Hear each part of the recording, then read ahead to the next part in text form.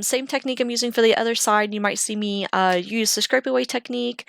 I do mess with this area a lot on this side because I don't want it to look too brown, but it is a darker side of his face because all of that light is on the one side and the other side's just a dark shadow. So, and you'll see me, I left this white around uh, the right muzzle here because I didn't want it to be too small, and you'll see me over the next couple clips kind of touch up around there. So it's not done yet, but I wanted to move on to this next section.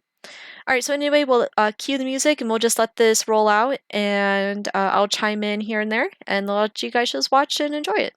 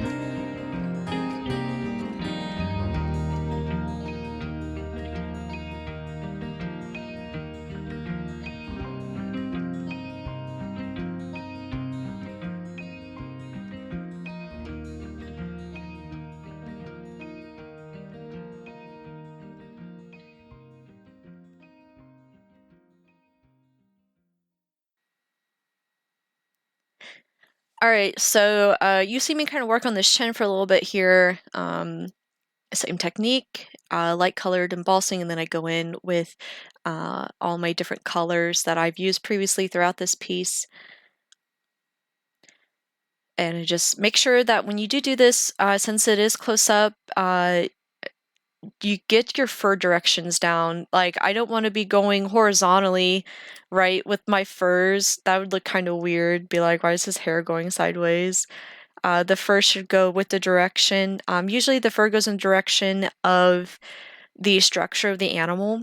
Um, so the chin is round, so the fur should kind of be going down and around the chin. And then you do have probably a couple straight furs here and there, a couple strands maybe.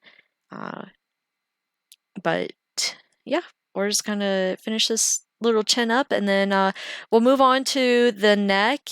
I'm pretty sure I do one side of the neck, or at least I get some of it started, and then I finish it before I do like the last recording. I feel like I've already talked so much in the last I've been recording my voice now for over 50 minutes, and I know these parts collectively are more than 50 minutes. But I feel like I've kind of explained a bit just about everything that I've done with this cat, and just like I said, it's kind of just rinse and repeat for each section, and just take it as you go. Like like this chin, I know I'm not completely done with it, and I needed to kind of start filling in the bottom of this lower part of his face and his neck to really get an idea of like, okay, do I need to go darker? Do I need to like, what do I need to do to finish this? And to visually help my eyes, I just kind of continue on, and then I can always go back and finish up that chin. So that's what I'm going to do, and we're going to go ahead and skip. Well, I'm going to skip, but you guys go ahead and watch the rest of this, and I'll chime in here towards the end, and we'll just let some cool music play.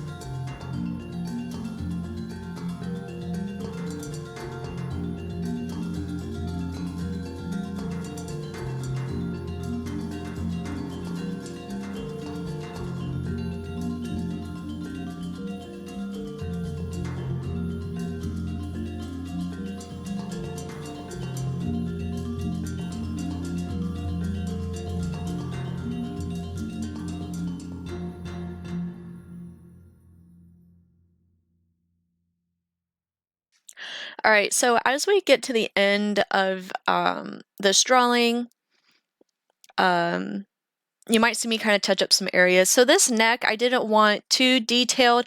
I wanted it just to gently blend out away from the detail and just to give a suggestion that he has fur and is continuing, and this is the neck.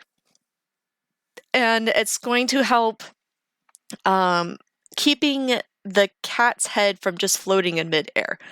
So if you've ever drawn an animal and they're like, oh, I just want the face done, and I just want to let you know, you're going to need to draw a little bit of the neck so it doesn't look like the animal just has a floating head on a piece of paper, okay?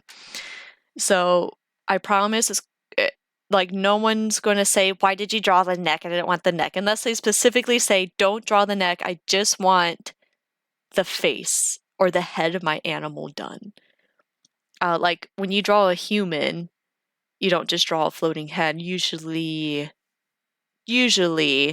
the neck is also just very subtly drawn on there. Yeah. So, I did an elephant, and the elephant's head took up most of the page.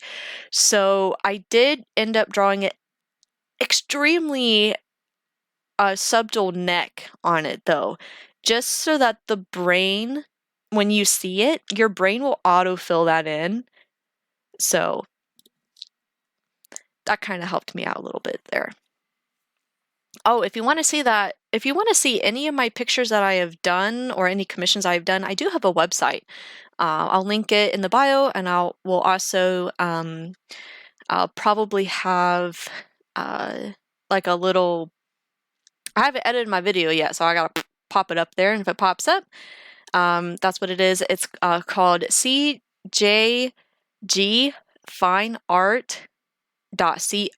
CJGFineArt.co. And you guys can go on there. Let me know how it looks. It'd be greatly appreciated. Or if you want to schedule a commission with me, like I said, by the time I post this video, by the time it gets uploaded, I am booked out through June of next year. So if you are wanting to get a Christmas present or a birthday present, and you know that it's like later in the year next year, or even for the year after, or just as a surprise gift, please reach out to me. My current rates will be updated on my website too. My rates did increase just a little bit, not too much. So for example, my 11 by 14s are now 150, I believe, instead of 120. So that's what I'm doing with that. And that does not include shipping. So I'm more than welcome to ship it out just as the paper itself. Obviously, it would be in a protective art. I'm either going to do, I usually do like the art cylinder capsules things, I don't know what to call them, or I will put it between two strong cardboard pieces, and then I wrap that up, and then I put that in a nice box, so then you can get it that way if you want. Or I can do a custom frame. I have a frame shop here in town that I can do custom framing. That's like an extra, I always say 3 to 4 weeks, because you never know. You guys can leave it up to me to do that. If you guys have a budget, I always try to do it within a budget too. Usually 11 by 14 cost about, for a frame and a mat from that shop, it's about maybe 150, maybe a little bit more. It just depends. So if you guys give me budget, like, yes, it has to be 150, fits within there, great. I'll let them know that I need to fit it within the 150 budget. They'll help me out. Or if you're like, I don't care, I really want like a really fancy frame, their fancy frames can range 150 and onwards. A 16 by 20 frame usually cost about 250. So, and then of course an 8 by 10 would be a little bit less than that, but you can get really fancy, as you know. Anywhere you go, you can get too fancy. But they're actually really great people. I had them frame and do different things for me in the past, so they're really awesome. And then once I get that done, then I can have it professionally mailed to you as well. But again, mailing is separate. Sorry, I just had to put a little plug in there for my business. But other than that, again, my name is Cassie Grimes, and I do animal portraits. I also do humans as well. but I specialize more in animals. So if you guys have or want an animal done or would like to learn more, visit my website. And I'm hoping to make more videos and maybe one day do this as a real-time job. Very exciting. Thank you guys for stopping by. And here is the last zoomed out picture or video of the cat. It's very nice. Very exciting. Doing some couple touch-ups here. And once again, thank you guys. And I look forward to see you in my next videos and or hearing a commission from you. All right, guys. Bye.